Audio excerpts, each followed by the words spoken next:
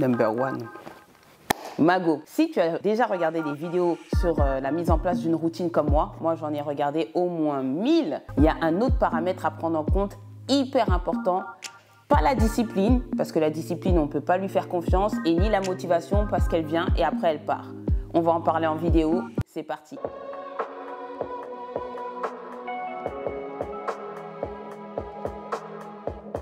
Hey, si tu ne me connais pas, moi c'est Fanta, aka Blackia.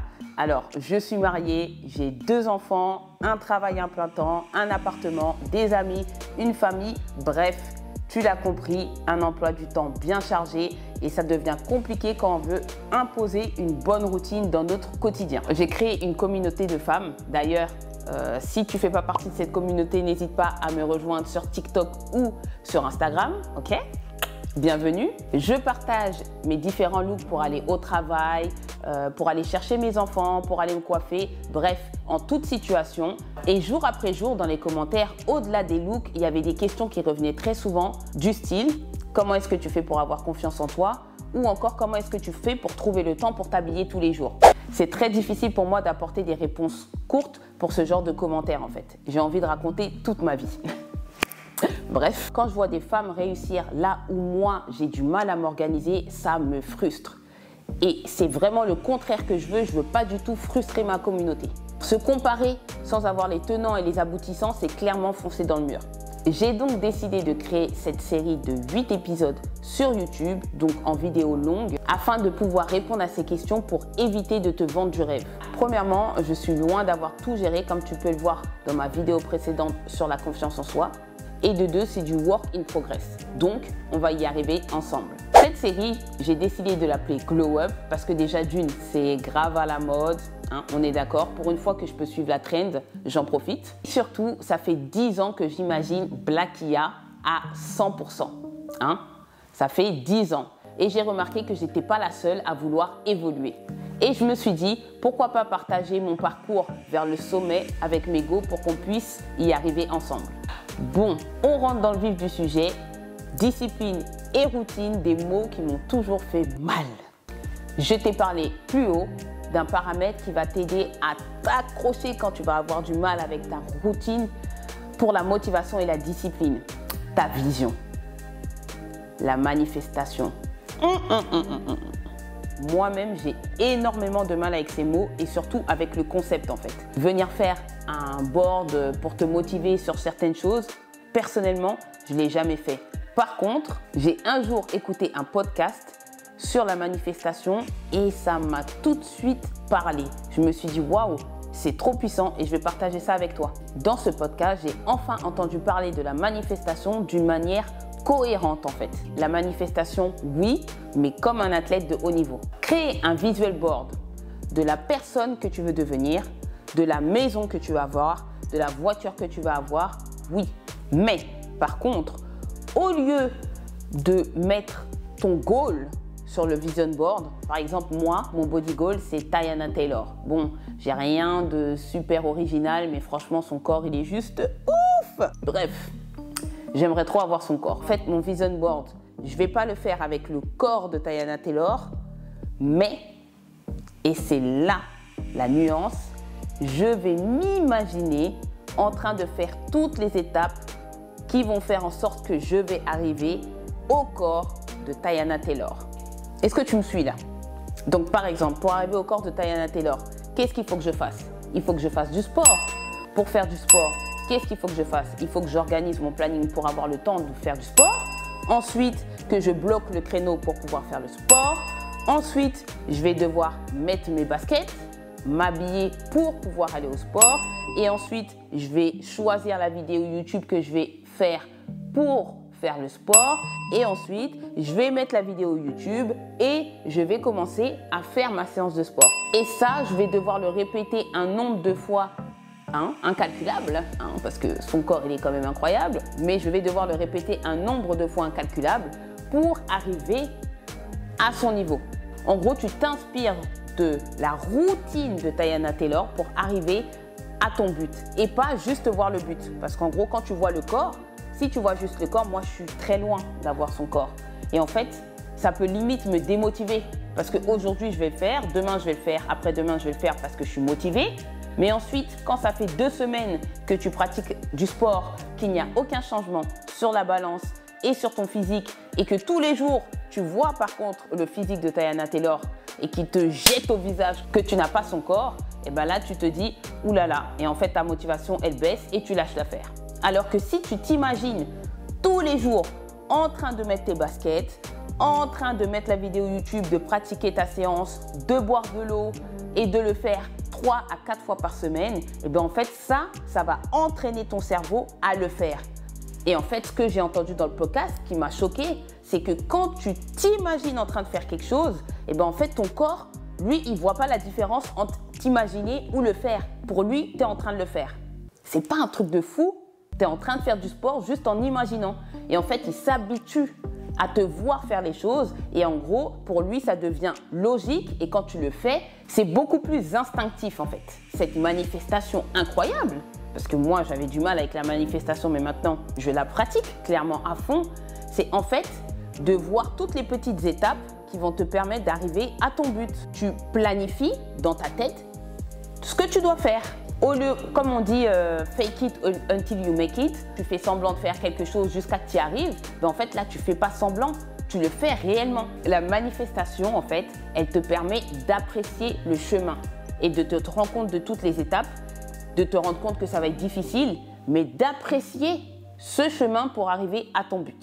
Tu vas être motivé par le parcours que tu vas faire pour arriver à ton but et pas forcément par ton but. Ça devient pour moi mon artillerie lourde pour mettre en place une routine. Maintenant, on va parler de la discipline. La discipline, c'est pas mon ami, hein. C'est pas mon ami, sache-le. Hein. On est beaucoup à souffrir de ce syndrome, hein. J'espère en tout cas. Hein. Dis-moi en commentaire. Donc, personnellement, moi, j'ai jamais été quelqu'un de discipliné. Moi, je compte toujours sur ma motivation. Ma motivation, c'est la première chose qui va m'aider à faire, qui va m'aider à fonctionner en fait. Quand je commence quelque chose, un nouveau projet, du sport ou quoi, ok, je suis toujours à 1000% dès le début. Donc à 1000%, à fond. Et ensuite, au fur et à mesure, ma motivation, elle baisse comme ça, elle baisse, elle baisse, elle baisse. Et au final, je m'ennuie très facilement aussi. Je ne sais pas si tu te reconnais sur les différents points que je viens de citer là. Mais en fait, c'est pour ça que moi, je pensais que j'étais nulle en discipline. J'ai bien dit pensais. Pourtant, j'admire les personnes disciplinées. J'aime voir quelqu'un de discipliné en fait. Donc ça veut dire que j'ai ce désir d'arriver à ce niveau. Donc Blackie à 100%, elle est obligée d'avoir de la rigueur et de la discipline. Même si je suis à l'opposé, comment est-ce que je vais réaliser cette magie? Donc l'année dernière, j'ai lu le livre Atomic Habits. Donc je mettrai le lien en bas. Si tu ne l'as pas lu, lis-le. Si tu l'as lu, relis-le. Bref.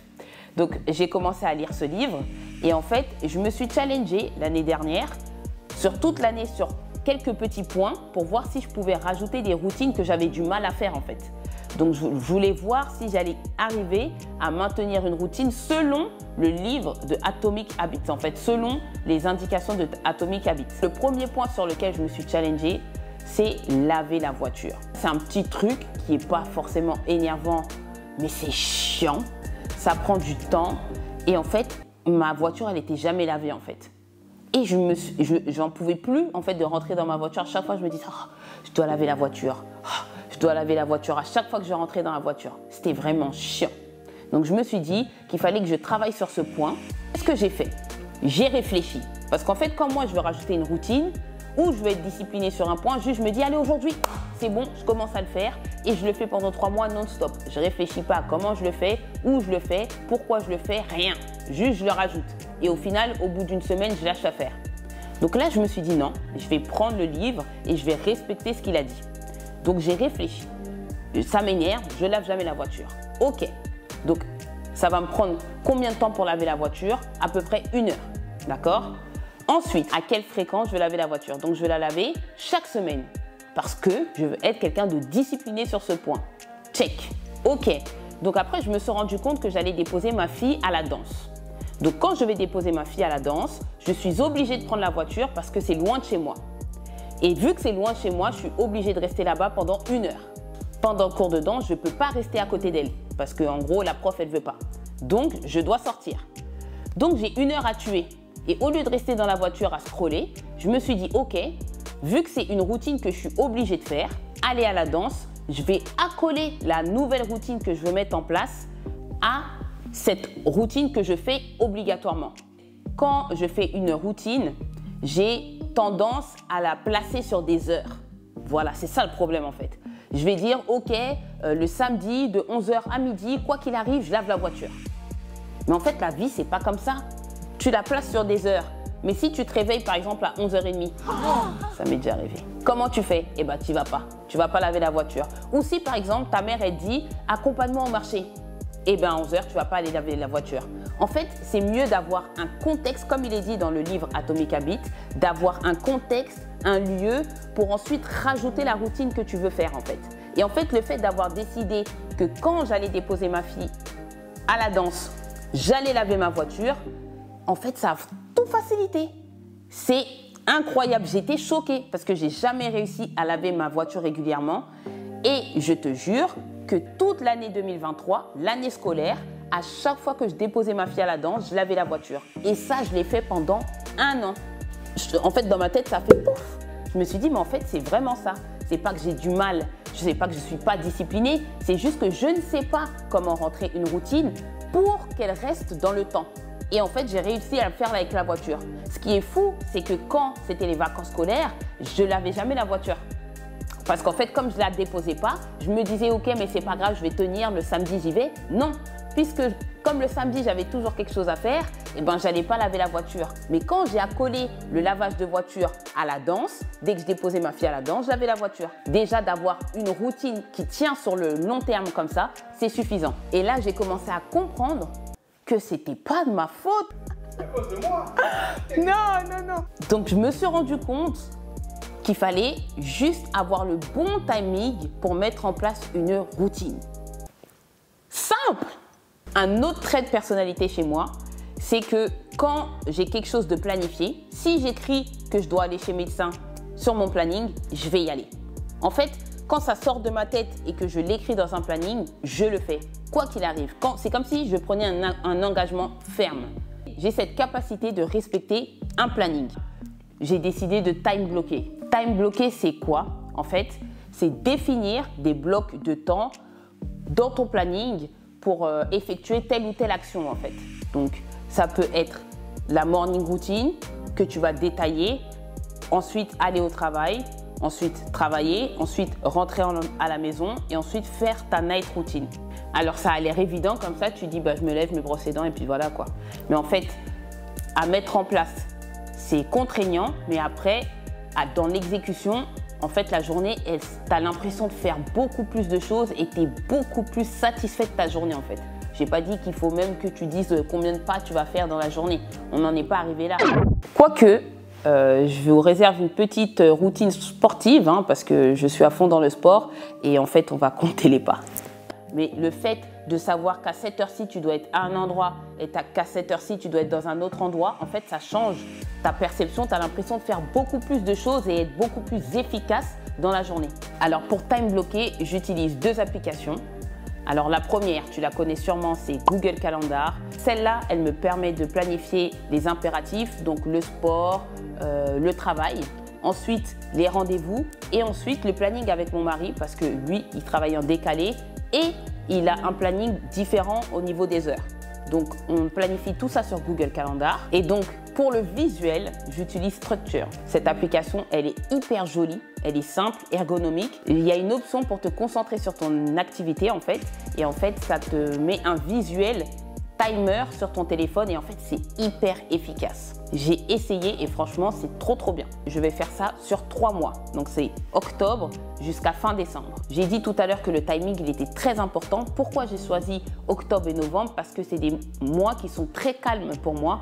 J'ai pas vraiment d'événements ni quoi au caisse et en fait, c'est très bien pour installer une routine et pour être à l'aise dedans en fait. Alors, je compte faire une vidéo sur ma morning routine et ma night routine. Dis-moi si ça t'intéresse en commentaire. J'espère t'avoir aidé à démarrer le reset de tes habitudes pour en ajouter de nouvelles, pour devenir la nouvelle personne que tu veux être en 2024. Commence aujourd'hui avec un petit changement pour évoluer petit à petit vers ton toi idéal. Dans les 2 épisodes précédents, j'ai parlé de l'importance de se donner des défis et de la confiance en soi. Et pour les prochaines vidéos, mais go, là vous n'êtes pas prête.